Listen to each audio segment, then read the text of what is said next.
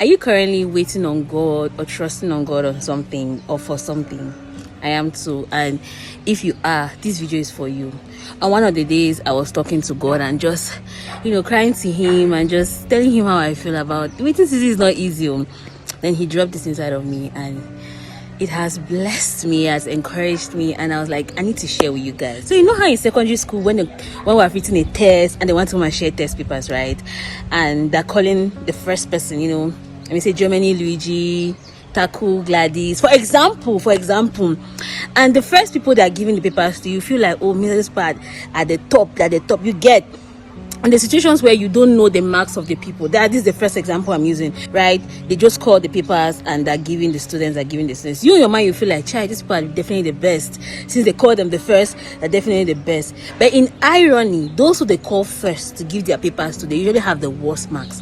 I'm not here to throw any shade. But those who they call first in class to give their papers first when they're sharing test papers, they usually have the worst grades. While those who are towards the end, right, those who they call them the last, come and take up their test papers, they usually have the best grades. And that's what God told me. You see exactly how they do to share papers, right? You feel like those who are coming up the highest, those who are coming up first, they're calling them first, oh, come and take your paper.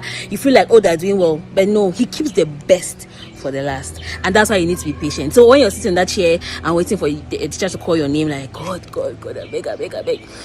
It's patience, and it's the exact same thing, because He's keeping something so good for you. He wants you to be patient. But if you want Him to call you early, you have the worst grade, like you get. So He told me that. I was like, wow. I know why it really stuck out to me. He usually used these things that I can relate to teach me.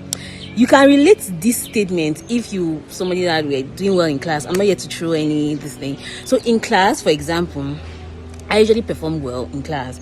So when they're sharing papers, for example, they'll call the first person to come and take their paper, the second person, the third person.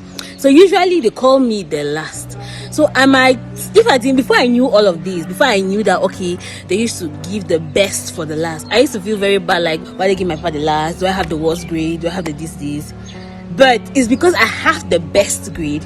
That's why I was called of the last.